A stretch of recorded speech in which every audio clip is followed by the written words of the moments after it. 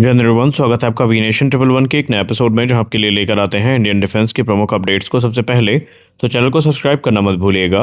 आइए नजर डाल लेते हैं आज के प्रमुख डिफेंस अपडेट्स पे। रिपोर्ट्स के अनुसार एयरबस A400M एटलस भारत के मीडियम ट्रांसपोर्ट एयरक्राफ्ट कार्यक्रम के दौर से बाहर हो गया है। हालांकि इसे लेकर आधिकारिक पुष्टि या टिप्पणी एयरबस की ओर से अभी नहीं आई है।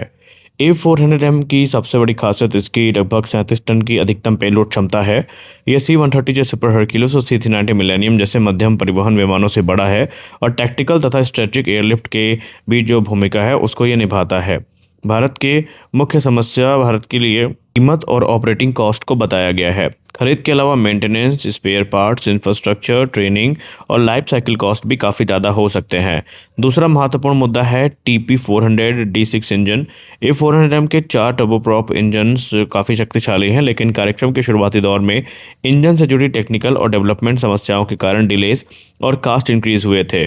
भारत जो है इनको लेकर थोड़ा कॉशियस था, लेकिन अभी ऐसा रिपोर्ट्स में बताया जा रहा है कि A400M एटलस अब इस कंपटीशन से बाहर हो गया है।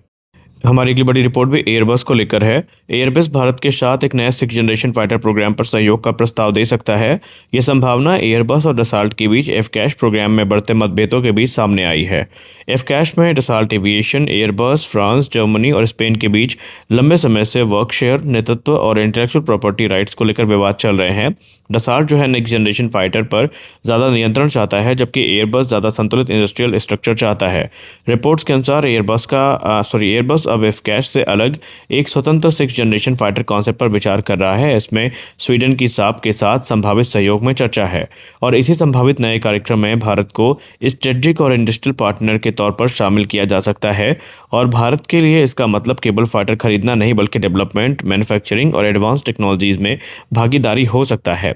भारत पहले से ही अपने एमका कार्यक्रम पर काम कर रहा है और इंटरनेशनल 6th जनरेशन प्रोग्राम में शामिल होना एमका को रिप्लेस करने के बजाय एमका के इस बाद की जो टेक्नोलॉजीज हैं और एक्सपर्टीज़ है उन्हें हासिल करने का एक कॉम्प्लीमेंट्री रास्ता भारत के लिए हो सकता है।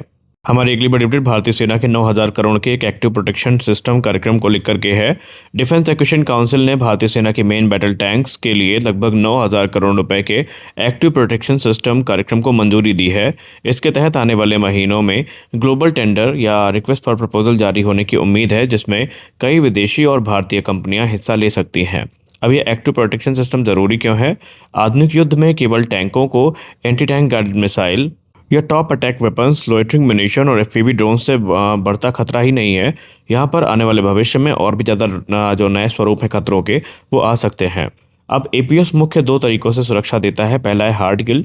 रेडार और सेंसर्स आने वाले मिसाइल रॉकेट को डिटेक्ट करके इंटरसेप्ट करके उसे टैंक तक पहुंचने से पहले ही नष्ट कर देते हैं। दूसरा है सॉफ्ट किल, जहां पर laser warning, smoke, infrared jamming और इलेक्ट्रॉनिक काउंटर मेजर के जरिए दुश्मन के वेपन की गाइडेंस को डिसरप्ट किया जाता है।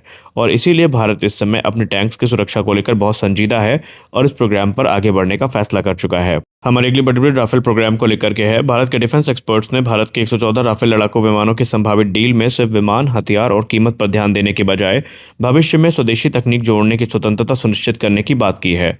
भारत को कॉन्ट्रैक्ट में ये प्रावधान शामिल करवाना चाहिए कि भविष्य में राफेल के French origin radar, avionics, electronic warfare system को भारतीय प्रणालियों से बदला जा सके। लगभग 1 दशक की सेवा के बाद मिड लाइफ अपग्रेड के दौरान DRDO, ADA और भारतीय कंपनियों द्वारा विकसित तकनीकों को राफेल में इंटीग्रेट करने की अनुमति हो। भारत का उत्तम ऐसा radar, indigenous electronic warfare system, secure communication, data link, mission computers और सेंसर फ्यूजन टेक्नोलॉजी भविष्य में राफेल के लिए उपयोगी साबित हो सकती है।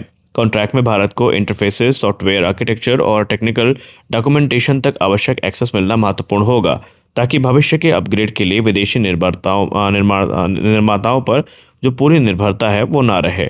इसे तेजस मार्क 2 और एमका जैसे जो स्वदेशी परियोजनाओं में विकसित तकनीकों को राफेल फ्लीट में भी इस्तेमाल करने की संभावना जो है वो बढ़ेगी। भारतीय सेना फील्ड आर्टिलरी गनों को तेजी से डिप्लॉय, टो और रिलोकेट करने के लिए एक रोबोटिक 4x4 मोबिलिटी प्लेटफॉर्म तलाश रही है। इसका सबसे अहम फीचर रिमोट ऑपरेशन है, यानी कि गन को एक फायरिंग पोजीशन से दूसरी जगह ले जाने के दौरान वाहन में चालक या क्रू की मौजूदगी जरूरी नहीं होगी।